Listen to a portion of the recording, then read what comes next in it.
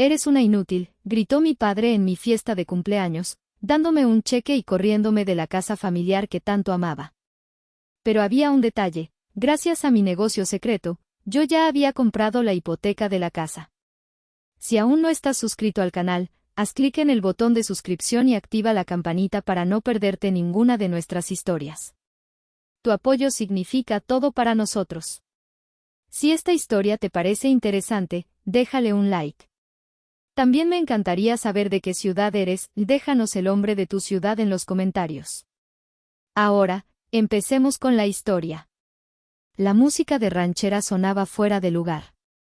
No era música de celebración, era el tipo de música que pones en una cantina a las 2 de la mañana, cuando ya todo se perdió. Sonaba en el jardín de nuestra casa, la casona de Coyoacán donde nací, y chocaba con el zumbido de los grillos y la tensión que se podía cortar con un cuchillo. Hoy cumplía 30 años. Mi nombre es Adela. Y esta era mi fiesta de cumpleaños, o al menos, eso me habían dicho. En la cabecera de la larga mesa de madera, mi padre, Ramiro, tamborileaba los dedos. Ramiro Solórzano, un hombre construido a base de orgullo y madera de caoba, el dueño de la mueblería Solórzano, un negocio familiar que se caía a pedazos tan rápido como su propia paciencia. A su derecha, mi hermano, Tadeo. 2 años mayor que yo, el niño de oro, el heredero. Tenía el teléfono en la mano, con la cámara apuntando discretamente hacia mí. Una sonrisa de suficiencia jugaba en sus labios. A su lado, mi madre, Nidia, la pacificadora eterna, la que siempre miraba hacia otro lado. Hoy, miraba fijamente su plato de mole, como si contuviera el secreto del universo. Yo, por supuesto, estaba al final de la mesa, como siempre. La hija invisible. La que llevaba las cuentas de la mueblería que Tadeo decía dirigir. La que cocinó el mole que mi madre ahora ignoraba. Bueno, la voz de mi padre retumbó, cortando una canción de Vicente Fernández. La música se detuvo abruptamente. Tadeo había bajado el volumen. El silencio fue ensordecedor. Ramiro se puso de pie. No para brindar. Metió la mano en el bolsillo interior de su saco, un saco caro que ya le quedaba un poco grande. Adela. Su voz era fría. No era la voz de un padre, era la de un patrón a punto de despedir a un empleado. 30 años, dijo, casi escupiendo el número. 30 años y sigues aquí. Como un mueble viejo que ya no se puede vender. Mi madre se encogió. Tía Cassandra, la única invitada además de la familia inmediata, soltó una risita nerviosa. Papá. Empecé a decir. Cállate. Me señaló con un dedo grueso. Estoy harto. Harto de tu inutilidad.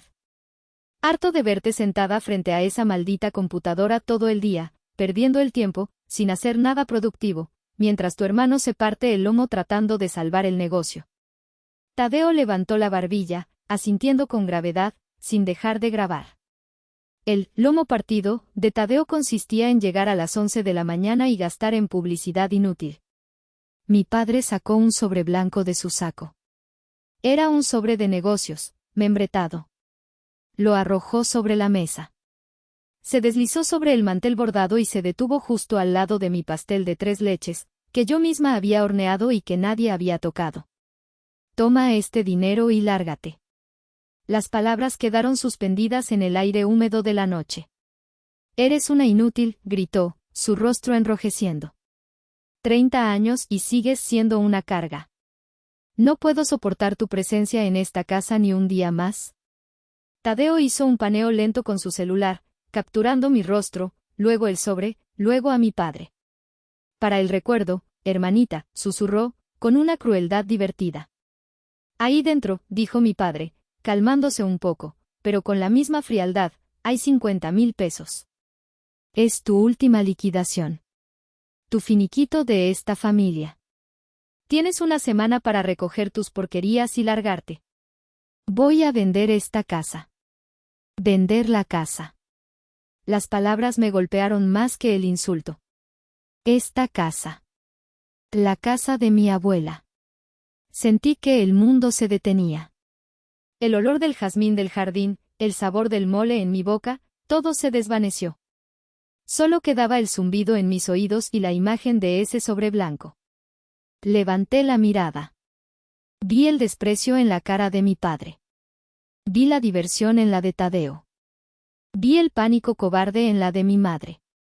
Y entonces, algo dentro de mí, algo que había estado dormido durante 30 años, hizo clic.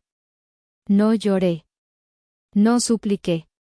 Lentamente, estiré la mano y tomé el sobre. Era pesado.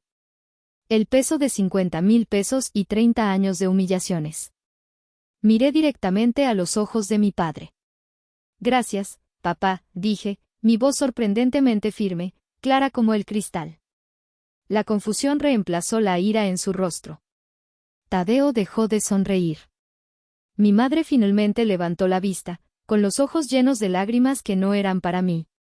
No te preocupes, añadí, guardando el sobre en el bolsillo de mi suéter. No te vas a arrepentir. Me levanté, alicé mi vestido. Con permiso. Feliz cumpleaños a mí. Me di la vuelta y entré a la casa, dejando atrás el pastel sin cortar, la música silenciada y el eco de sus propias palabras golpeándolos en la cara. No sabían que mi calma no era derrota. Era una declaración de guerra. Subí las escaleras de madera crujiente, cada escalón un eco de mi infancia. Esta casa no era solo una casa. Era una casona antigua en el corazón de Coyoacán, con un patio central lleno de bugambilias y pisos de terracota que mi abuela Elara había pulido con sus propias manos. Mi padre, Ramiro, la heredó, pero nunca la entendió. Para él, eran solo ladrillos y un valor de reventa. Para mí, era mi santuario. Y la razón por la que había aguantado tanto. Entré a mi habitación, el antiguo estudio de mi abuela. Aquí no había desorden. Había libros de contabilidad, manuales de código y mi estación de trabajo, 3 monitores que brillaban en la oscuridad. Me senté y miré por la ventana. El Museo del Dolor, como yo lo llamaba, abrió sus puertas en mi mente. El primer objeto de la colección, mi graduación de la universidad. Licenciada en contabilidad, con honores. Tadeo, que había abandonado un MBA carísimo en el extranjero después de 6 meses, no estaba a su nivel, dijo, fue recibido con una fiesta y un auto nuevo. A mí, mi padre me dijo, muy bien, mija. Ahora ya puedes ayudarme con las facturas de la mueblería. Gratis, claro. Para que aprendas cómo es la vida real. El segundo objeto, la Navidad de hace 5 años. Yo había pedido 5,000 pesos. No para ropa, no para un viaje. Para un software de contabilidad y gestión de inventario. La mueblería se hundía porque Tadeo compraba lo que no se vendía y olvidaba lo que sí. Mi padre se rió en mi cara. ¿5,000 pesos en esa cosa? ¿Para qué? ¿Para estar todo el día picando la computadora? Ponte a aprender a cocinar algo decente, mejor. El tercer objeto, el verano pasado. Tadeo perdió 200,000 pesos de la nómina y del pago a proveedores en una mala inversión. Mi padre suspiró, vendió una camioneta de reparto vieja y le dijo, así es esto, mijo. Los hombres de negocios tomamos riesgos. Yo, mientras tanto, era la niña. Niña, tráeme una cerveza. Niña, ve a la bodega a ver por qué no ha llegado el pedido. Niña, ¿por qué no te has casado? ¿Quién te va a querer si eres tan rara? Y yo aguantaba. No por debilidad. No por masoquismo. Aguantaba por el ara. Me acerqué al viejo escritorio de roble de mi abuela. Abrí el cajón secreto que me había enseñado. Dentro, solo había una foto de ella y yo, y un pequeño alebrije de madera. Flashback. 10 años atrás. Yo, con 20 años, sentada junto a su cama de hospital. Ella, frágil, pero con los ojos más lúcidos que había visto en mi vida. Ade, me susurró, su voz como papel de seda. Dime, abue. Tu padre es un buen hombre, pero es un tonto, dijo, Y yo solté una risita ahogada. ¿Y tu hermano? Bueno, tu hermano es tu hermano. Es pura fachada. Abuela. Escúchame. Me tomó la mano. Sus dedos eran fríos, pero su agarre era fuerte. La casa. La casona es mi alma. Ramiro la va a querer vender. Tadeo la va a querer apostar. No dejes que lo hagan. ¿Pero qué puedo hacer yo, abue? Solo soy. Tú eres la única Solorzano que vale la pena, me interrumpió. Eres inteligente. Más que todos ellos. Pero eres demasiado buena. No dejes que te usen. Me hizo mirarla a los ojos. Cualquier cosa que pase, cuida la casa, mija. Es tuya. Prométemelo. Te lo prometo, abue, lloré. Ella sonrió. Bien. Ahora sé útil y tráeme un poco de ese atole que escondes en tu bolsa. Cerré el cajón. Mi paciencia durante estos 10 años no había sido sumisión. Había sido estrategia. Había estado vigilando, esperando, preparándome. Había sido la guardiana silenciosa de su legado, soportando el desprecio diario para cumplir mi promesa. Pero esta noche, algo había cambiado.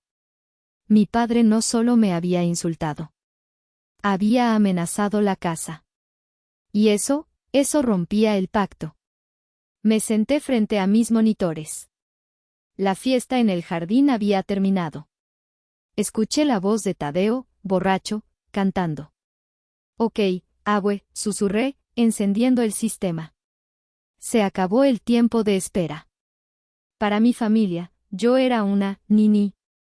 Ni estudiaba, porque ya había terminado, ni trabajaba, porque la ayuda en la mueblería no contaba como trabajo real para ellos. Era la mujer de 30 años que vivía con sus padres y jugaba en la computadora.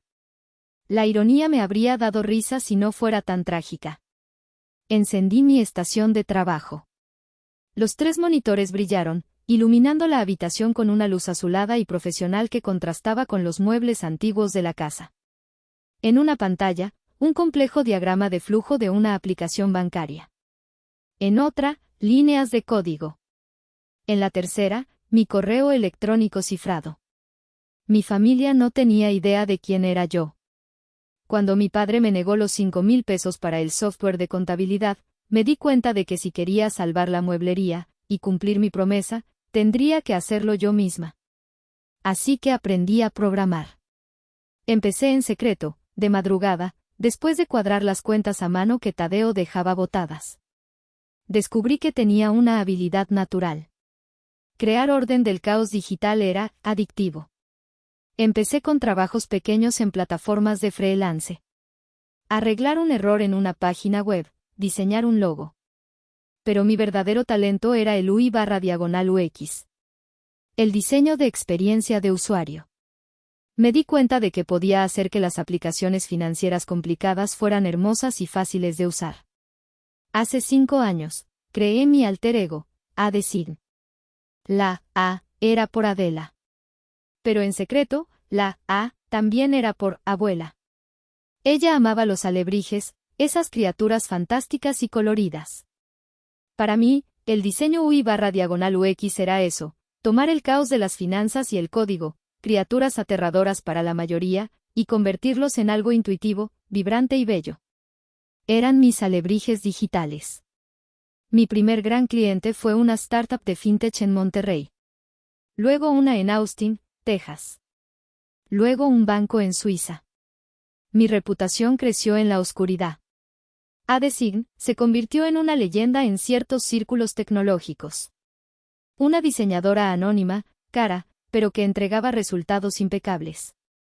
Nadie sabía mi nombre real. Nadie sabía que trabajaba desde un cuarto antiguo en Coyoacán. Me puse los audífonos. El mundo de la casona desapareció. Revisé mi cuenta bancaria. No la cuenta de débito local donde mi padre a veces me depositaba 1,000 pesos para mis gastos. Hablaba de mi cuenta offshore, registrada a nombre de la LLC que había creado en Delaware. Mientras la mueblería Solorzano luchaba por no reportar pérdidas de 500,000 pesos ese año, mi cuenta de ADESIGN tenía un saldo de poco más de 20 millones de pesos. Ganados con mi juego de computadora. Nunca toqué ese dinero. No para mí. No para ropa, ni autos, ni lujos. Era mi fondo de guerra. Era el dinero para salvar la casa de mi abuela. Mi error, me di cuenta esa noche, fue pensar que tenía que salvar la casa con ellos.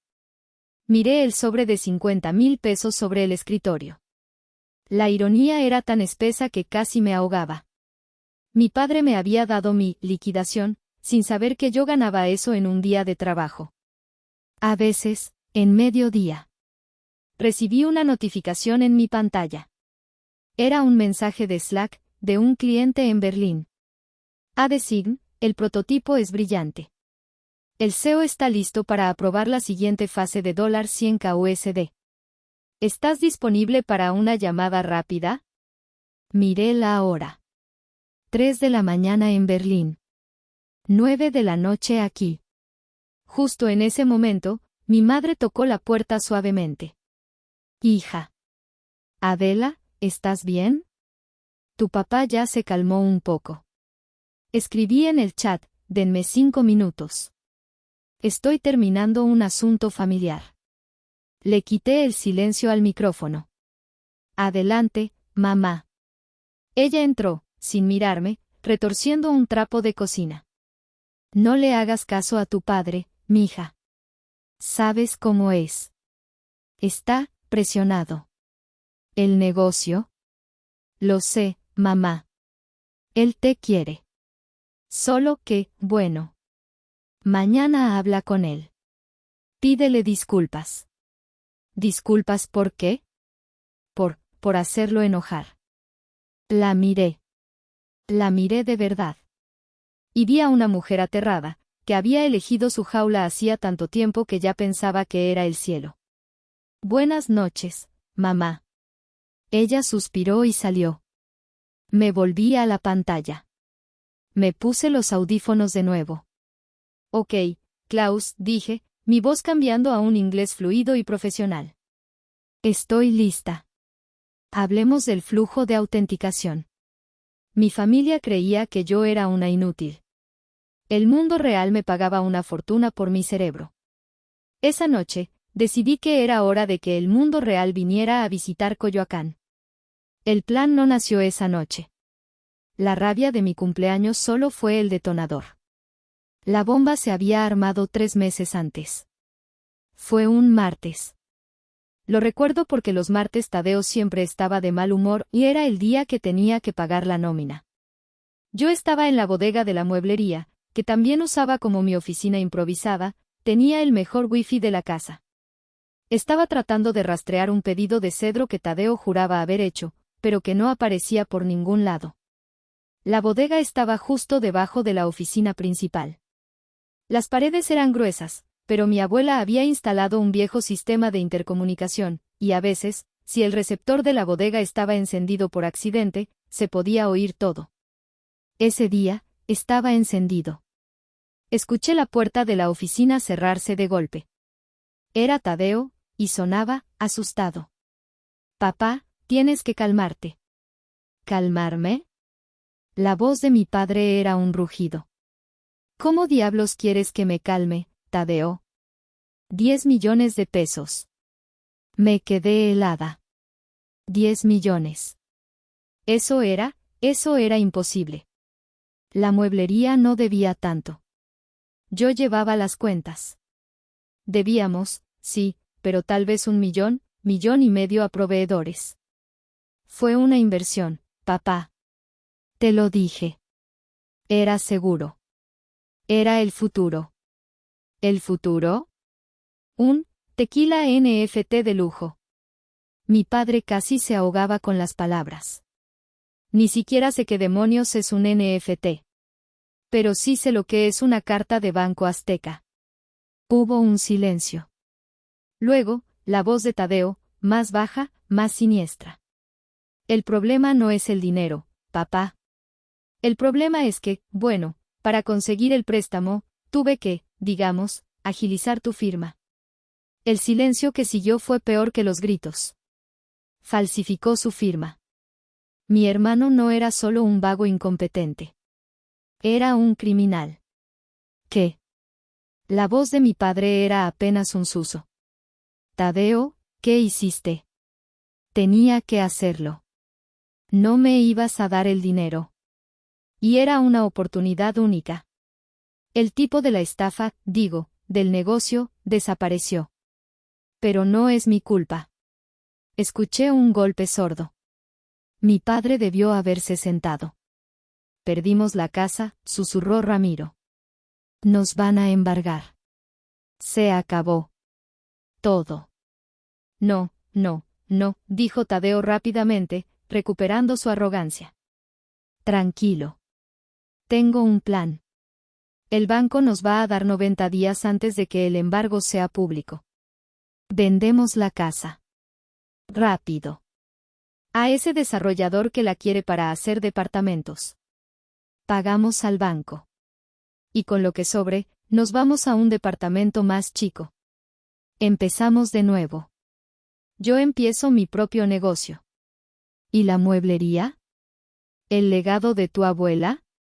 Al diablo con el legado. Esa chatarra vieja no da dinero. Es hora de modernizarse. Hubo otra pausa. Esperé. Esperé que mi padre explotara. Que lo golpeara. Que lo llamara por su nombre. En lugar de eso, Ramiro dijo, con una voz muerta, tu madre no puede saber lo de la firma. Obvio no. ¿Y Adela? Preguntó mi padre. Ahí estaba. Mi nombre. Tadeo soltó una carcajada. Una carcajada seca, fea. ¿Adela? Esa. ¿Qué importa? Es peso muerto, papá. Ha vivido gratis 30 años. Cuando vendamos, le damos, no sé, unos miles de pesos y que se vaya a rentar un cuarto. Sinceramente, es un lastre. Tenemos que sacárnosla de encima antes de que el banco anuncie el embargo. Si se entera, va a querer su parte. Y no le toca nada. Es una inútil. Mi padre no dijo nada. No la defendió. No dijo, es tu hermana.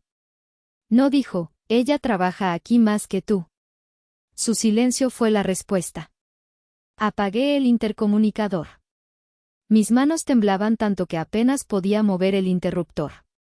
Me senté en la oscuridad de la bodega, rodeada de rollos de tela y botes de barniz. El olor a cedro y a traición me llenaba los pulmones. Ellos no solo me consideraban inútil. Me consideraban un objeto desechable. Un lastre que había que soltar antes de que el barco se hundiera. Lloré. Lloré por 10 minutos. Lloré por mi abuela, por mi promesa, por la niña estúpida que había sido. Luego, sequé mis lágrimas. La guardiana se había ido. La guerrera había despertado. Saqué mi teléfono, no el personal, sino el de Adesin. Busqué en mis contactos cifrados. Israel. Abogado. Amigo de la universidad. El único que sabía de mi doble vida. Israel, dije cuando contestó. Necesito un milagro. Y tengo mucho dinero. ¿Un milagro? La voz de Israel siempre sonaba tranquila, incluso a través de la línea encriptada. ¿De qué tamaño? Nivel, caminar sobre el agua, o nivel, encontrar un lugar de estacionamiento en Polanco a las 7 de la tarde. Nivel, comprar una deuda de 10 millones de pesos de Banco Azteca antes de que alguien se dé cuenta, respondí, mi voz sin temblar. El SOC se había convertido en un hielo filoso. Hubo un silencio al otro lado. Israel nunca me juzgaba, pero esta vez, pude oírlo procesar la información.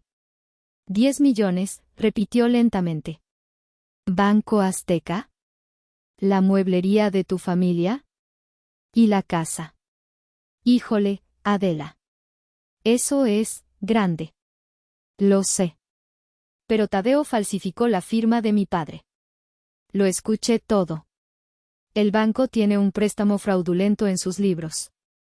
Y yo tengo 20 millones de pesos en una cuenta de Delaware. Israel soltó un silbido bajo. Un préstamo fraudulento. Eso cambia todo. Odian la mala publicidad. Odian los litigios. Tadeo les dio palanca, Adela. A ti. ¿Qué tan rápido puedes moverte? Si el dinero es real y está líquido, puedo tener una reunión mañana. No iré como Israel, el amigo de Adela. Iré como Israel, representante legal de un fondo de inversión privado que compra deuda tóxica. ¿Fondo de inversión? Claro. No puedes llegar tú y decir, hola, quiero comprar la deuda de mi papá. Te van a oler el miedo y el interés personal. Necesitamos una fachada corporativa. Una LLC. Algo frío, impersonal. Hazlo, dije. Necesita un nombre, dijo Israel, tecleando. Miré el alebrije en mi escritorio. El que me dio mi abuela. Inversiones Elara, dije. Que se llame Inversiones Elara. Me gusta. Suena a dinero viejo, aprobó Israel. Ok, Ade. Voy a necesitar que transfieras los fondos a una cuenta de depósito en garantía. Te mando los detalles. 9,5 millones de pesos. Voy a ofrecerles pagarles el 95% del valor total de la deuda, en efectivo, mañana. Banco Azteca preferirá tomar un corte del 5% y limpiar sus libros de un fraude, que pasar meses en un litigio para embargar una propiedad. Hazlo. Esto es serio, Adela, dijo Israel, su tono volviéndose el de un amigo. ¿Estás segura? Una vez que hagas esto, no hay vuelta atrás. Te conviertes en su acreedora. Legalmente, te conviertes en el banco. Lo sé, respondí. Ellos creen que soy peso muerto. Les voy a enseñar lo que pesa un ancla. Colgamos. Esa noche, no dormí. Hice la transferencia más grande de mi vida. 9,5 millones de pesos fluyeron desde mi cuenta de Adesign, en Delaware a la cuenta de Israel. Los siguientes 3 días fueron una tortura. Israel estaba en reuniones. Son más duros de lo que pensé, fue su único mensaje. Yo, mientras tanto, tenía que seguir siendo la niña. Tenía que hacer café para Tadeo, quien estaba inusualmente alegre, pensando que tenía 90 días para salirse con la suya. Tenía que fingir que buscaba el pedido de cedro que nunca existió. Tenía que escuchar a mi padre quejarse de que los bancos solo sirven para robar. Cada sonrisa que fingía me sabía a veneno. El viernes por la tarde, mi teléfono vibró. Un solo correo de Israel. Asunto, Inversiones Elara. Cuerpo del mensaje, felicidades. Eres dueña de una deuda de 10 millones de pesos. La casa es tuya para tomarla cuando quieras. PD, Banco Azteca te odia. Me encerré en el baño de la bodega y vomité. No fue una reacción de victoria. Fue una reacción de dolor. El momento en que firmé esos papeles, en que Israel firmó en mi nombre, no fue un triunfo. Fue un funeral. Fue el día que acepté que la familia que yo intentaba proteger ya no existía. Fue el día que firmé el acta de defunción de mi esperanza. Salí del baño, me lavé la cara y volví al trabajo.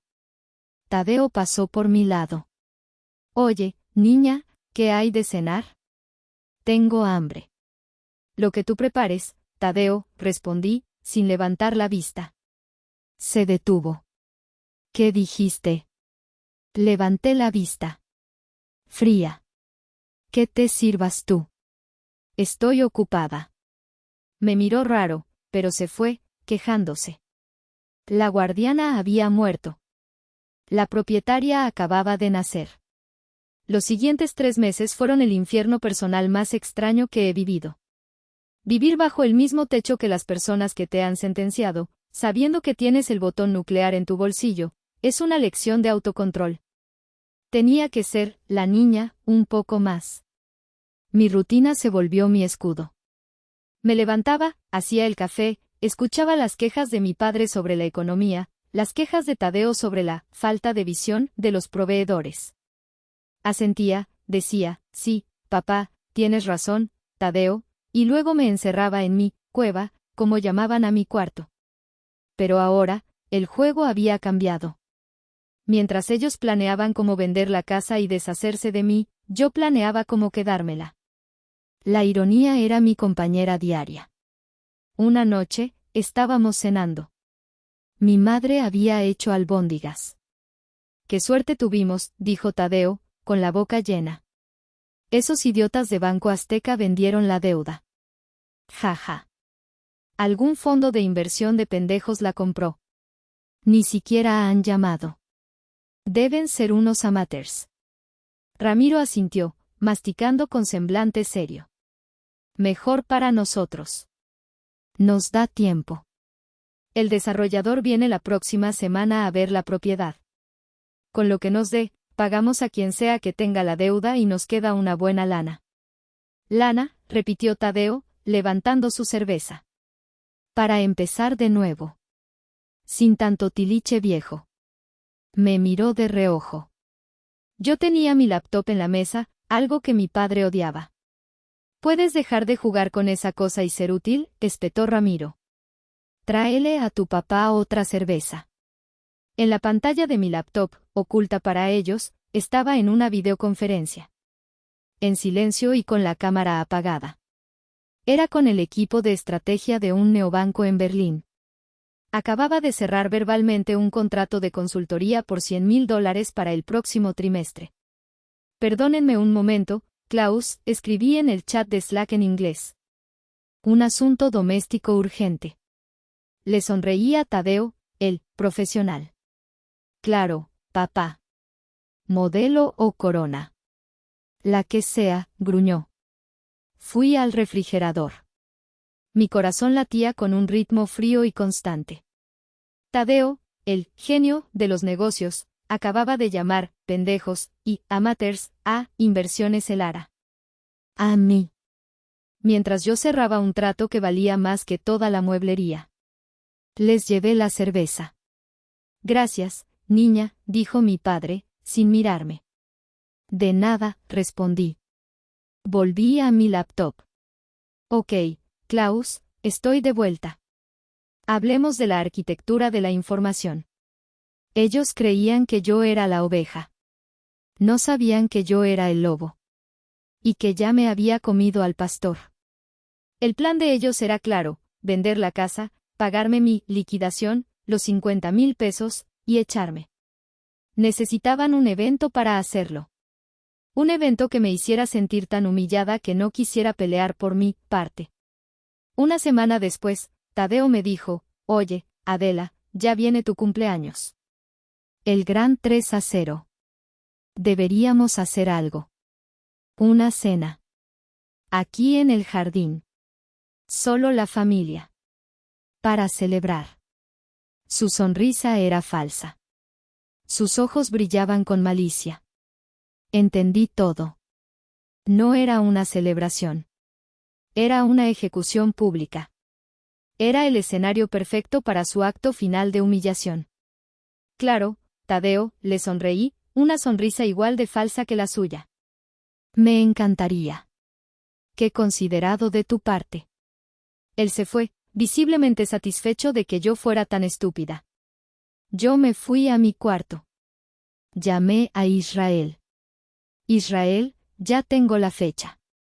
Mi cumpleaños. Van a intentar echarme esa noche. ¿Qué quieres hacer, Ade? Quiero que prepares los papeles. No el embargo. Algo mejor. La ejecución de la garantía. La transferencia de propiedad. Todo. Y quiero que un actuario esté listo para el día siguiente. A las 9 de la mañana. Adela, eso es agresivo». «No, Israel», dije, mirando el sobre que ya había preparado, el que contenía la copia de la promesa de mi abuela. «Eso es justicia». Ellos estaban preparando mi fiesta de despedida. Pero yo estaba preparando la de ellos. La mañana después de la fiesta, la casa estaba en un silencio denso y pesado. Eran las 9 de la mañana del día 1 de mi semana de plazo.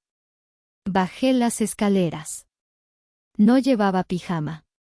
Llevaba mi mejor traje sastre, uno que nunca me habían visto usar, de color azul marino, profesional, impecable. En mi mano, no llevaba una taza de café, sino un maletín de cuero. Y una pequeña maleta de mano, como si fuera a un viaje de negocios. Tadeo estaba en el jardín, fumando un cigarrillo, con la misma ropa de anoche. Obviamente había celebrado mi partida. Me vio y soltó una bocanada de humo. Vaya, vaya. ¿Ya te vas? ¡Qué eficiente! Eso es nuevo. Me detuve en el umbral del jardín. Buenos días, Tadeo. ¿Qué noche la de anoche, eh? Tu grabación quedó espectacular. Él entrecerró los ojos, confundido por mi tono. ¿Qué diablos te pasa? ¿Te volviste loca? No, respondí, mirando mi reloj.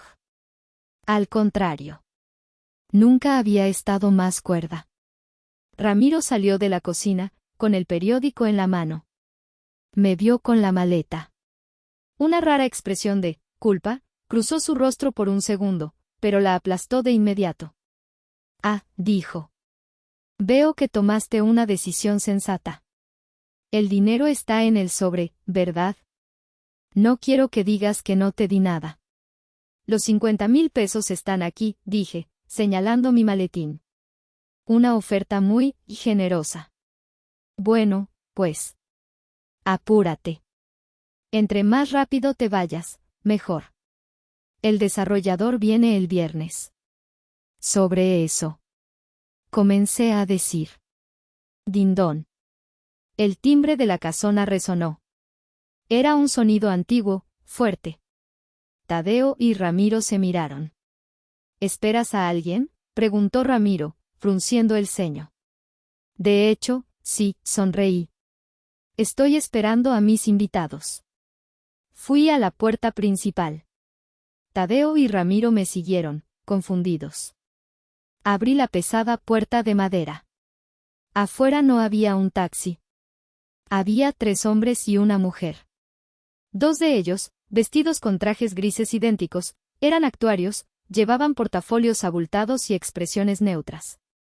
El tercero era mi abogado, Israel, impecable en su traje azul marino, casi idéntico al mío. La cuarta persona hizo que mi padre diera un respingo. ¿Benito? Don Benito, nuestro vecino de 70 años, el mejor amigo de mi abuela Elara, el que había vivido en la casa de al lado durante 50 años. Estaba ahí, con su bastón, mirando a mi padre con una decepción infinita. Benito, dijo mi padre, nervioso. ¿Qué significa esto? Buenos días, Ramiro, dijo don Benito, su voz grave. Vengo como testigo. Como Elara hubiera querido. ¿Qué diablos es esto?, gritó Tadeo. ¿Una broma? Adela, ¿a quién llamaste? ¿A los de Coppel a cobrar? Ya te dimos dinero. Israel dio un paso al frente, con la calma de un cirujano. Buenos días, señor Ramiro, señor Tadeo. Soy Israel López, abogado. Y estos caballeros están aquí para entregar una notificación. Ramiro se hinchó de orgullo. No tenemos nada de qué ser notificados. Largo de mi propiedad. De hecho, dijo Israel, revisando sus papeles, ese es el tema principal de nuestra visita. Ya no es su propiedad. ¿Qué? Estos caballeros, continuó Israel, están aquí para entregar una notificación de embargo, inmediato. Ramiro se rió. Una risa seca, nerviosa. Embargo. Imposible. Tenemos 90 días. Estamos negociando con el banco. No, dijo Israel, levantando la vista de sus papeles, sus ojos fríos como el acero. No están negociando con el banco. El banco ya no es el propietario de su deuda. El color desapareció del rostro de Tadeo. Ustedes, dijo Israel, le deben 10 millones de pesos a un fondo de inversión privado. Y ese fondo de inversión no está interesado en negociar. Si llegaste hasta esta parte del video, significa que realmente te interesó la historia. Cuéntame en los comentarios qué opinas, escribe el número 1 para saber que estás aquí o dime desde qué parte de tu país me estás viendo. También puedes dejar cualquier pregunta y la responderé. El jardín quedó en un silencio absoluto, roto solo por el distante ruido del tráfico de la Ciudad de México. Ramiro miraba a Israel, su mente tratando de procesar la información. Tadeo, por otro lado, pasó del pánico a la arrogancia en un segundo. Era su mecanismo de defensa. Ja. Un fondo de inversión. Tadeo se cruzó de brazos. Miren, abogado, no sé quién lo contrató, pero dígale a sus jefes que se formen. Estamos vendiendo la casa. Tenemos un comprador. El viernes cerramos el trato, y les pagaremos su maldito dinero. Ahora, lárguense. Israel ni siquiera parpadeó. Equivocación.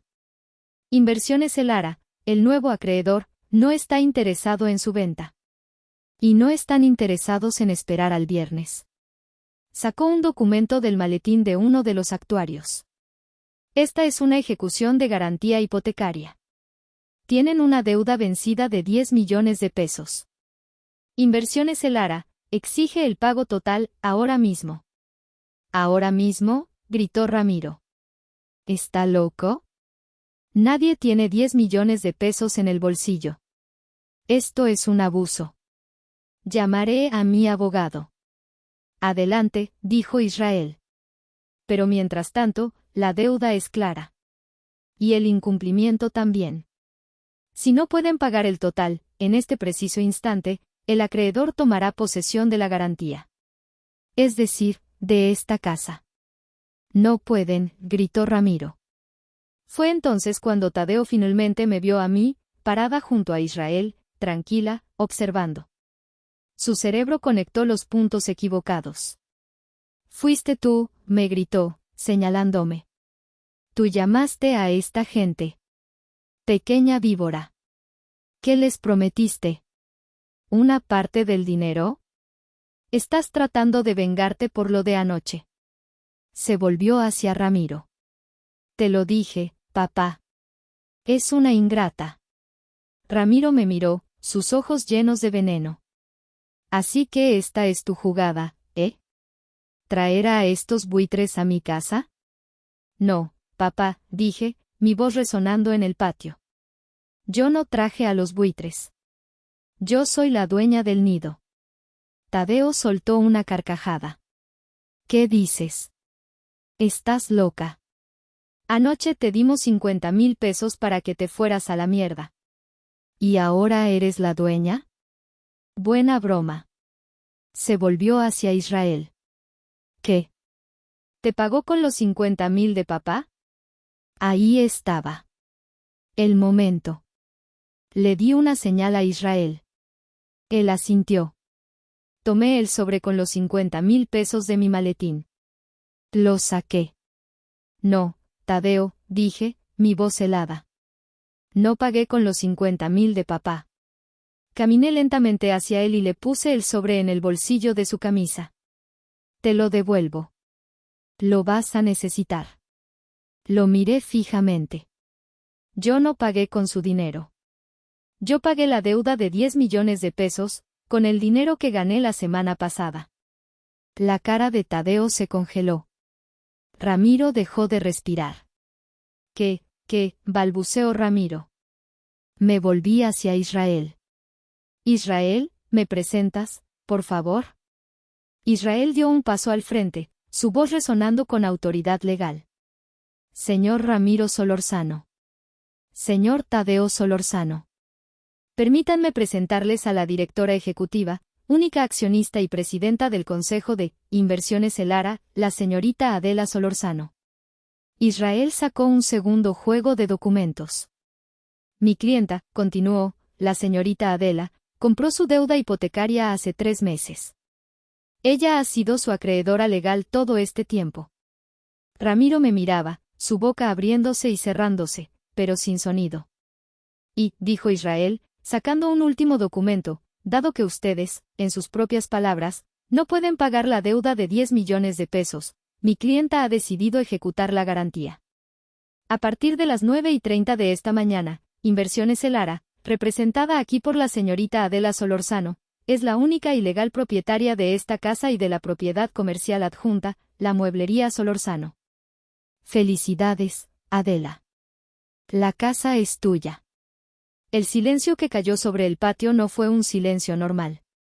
Fue un silencio espeso, pesado, como si el aire se hubiera convertido en plomo.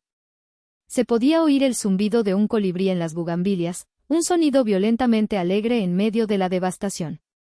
Ramiro se tambaleó. Literalmente. Dio un paso atrás y tuvo que apoyarse en la pared de piedra del patio, la misma pared que mi abuela Elara había ayudado a levantar. Su rostro, que segundos antes estaba rojo de ira, ahora tenía un tono grisáceo, ceroso. Tadeo fue el primero en reaccionar.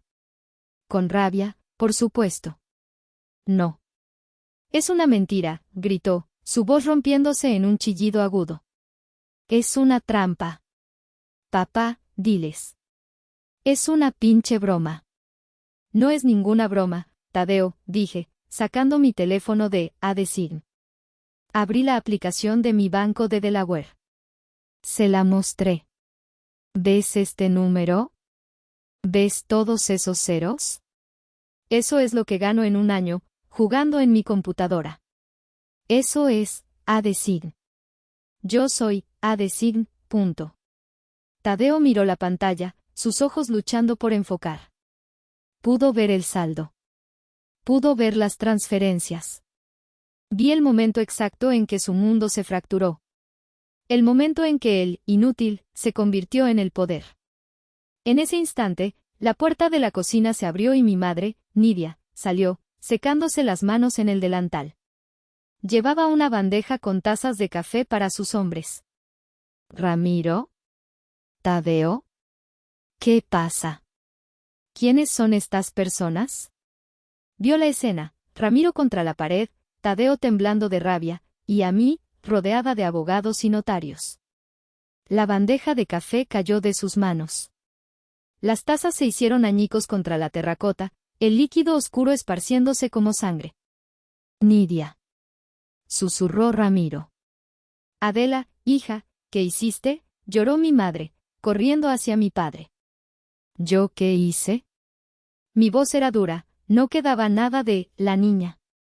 ¿Yo qué hice, mamá? Pregúntales a ellos qué hicieron. Pregúntale a Tadeo sobre el dinero que robó. Pregúntale a papá sobre la fiesta de anoche. Saqué de mi maletín una última cosa. No era un documento legal. Era el sobre que mi padre me había dado. Y junto a él, una copia laminada de la promesa que le hice a mi abuela.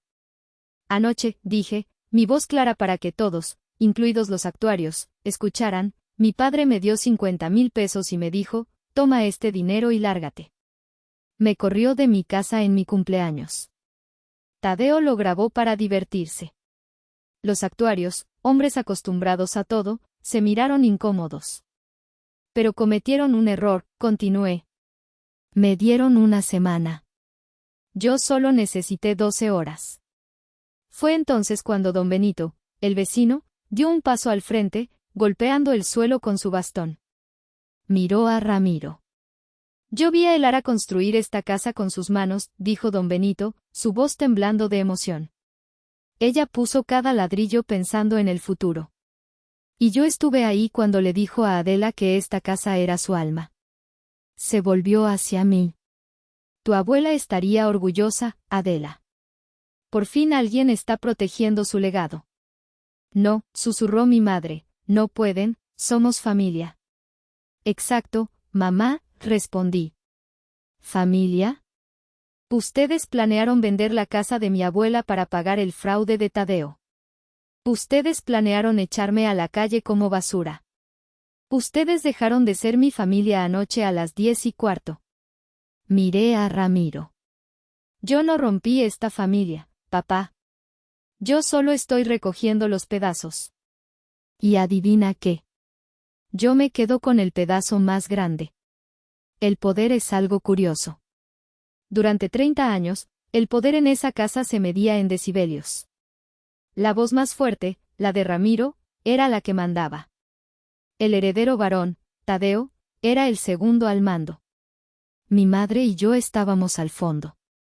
Ahora, el poder estaba en el silencio. Estaba en un pedazo de papel legal en manos de Israel. Y estaba en mí.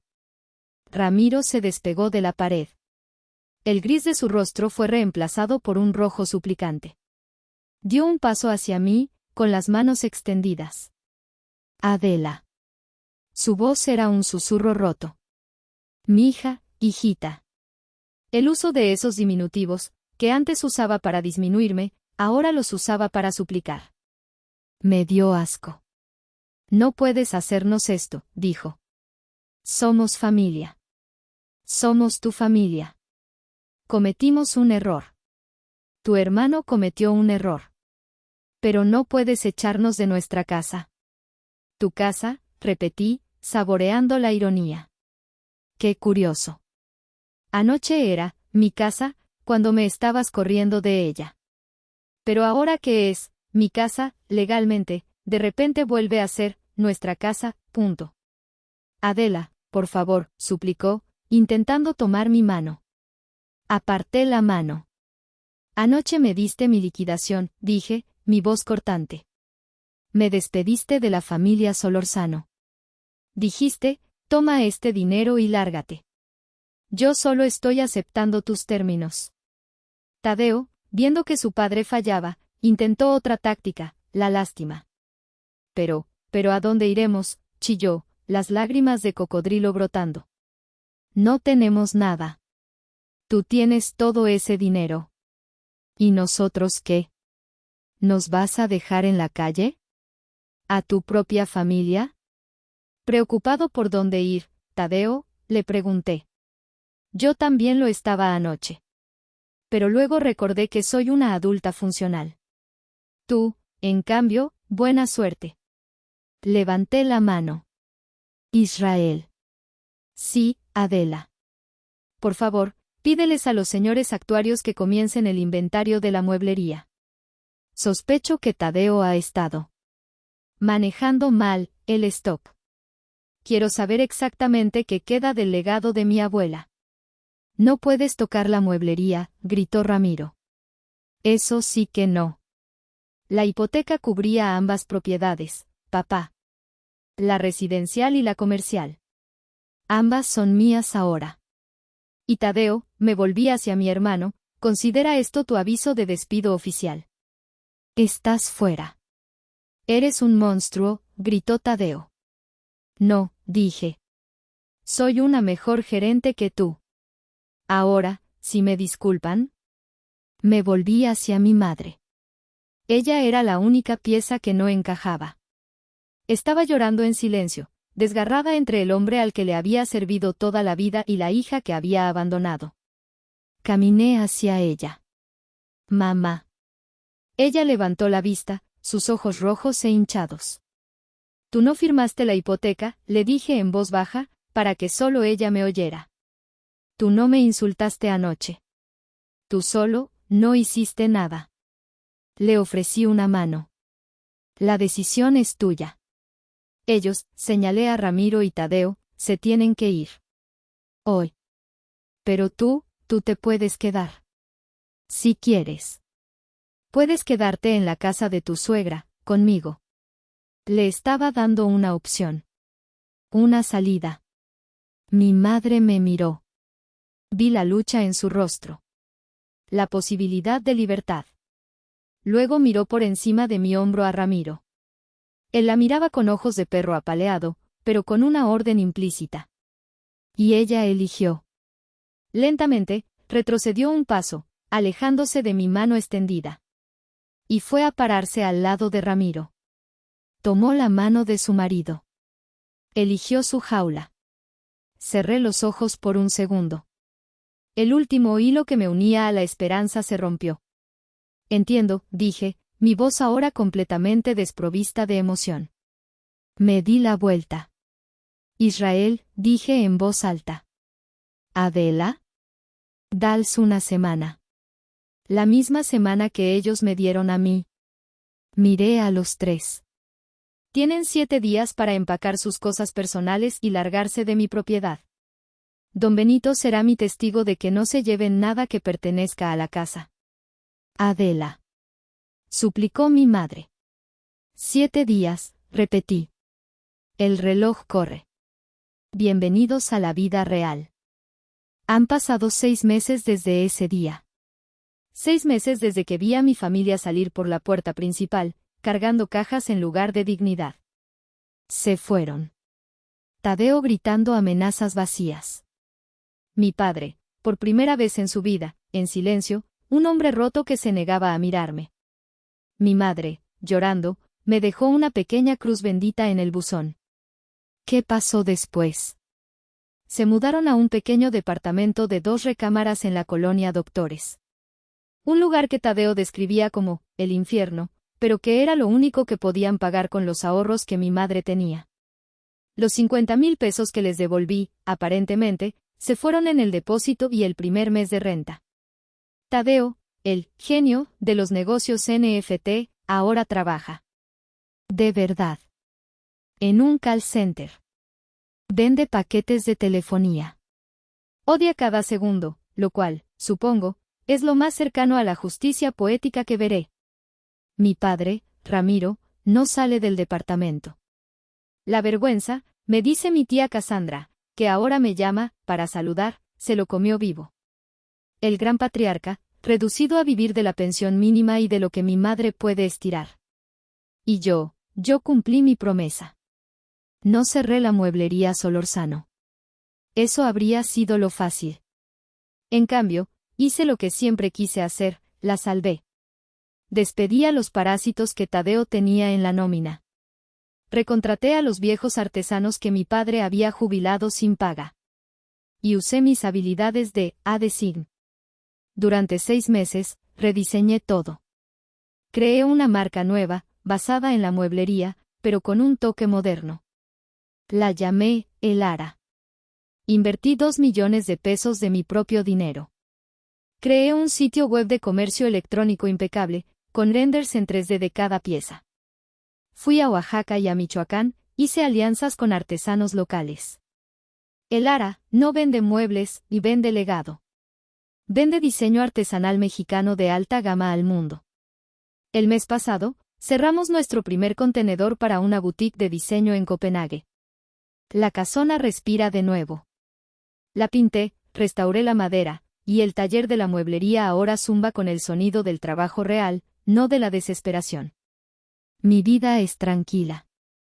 Sigo siendo ADesign, pero ahora también soy Adela, directora de Elara.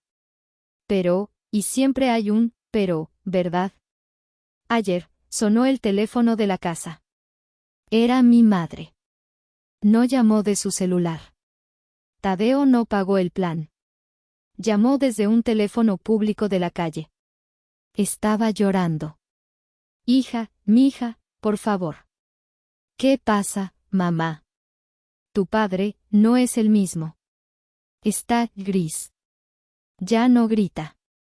Apenas habla. Eso suena tranquilo. No, Adela. Está deprimido. ¿Y Tadeo? Tadeo está tan enojado todo el tiempo. Pero, creo que están aprendiendo. No dije nada.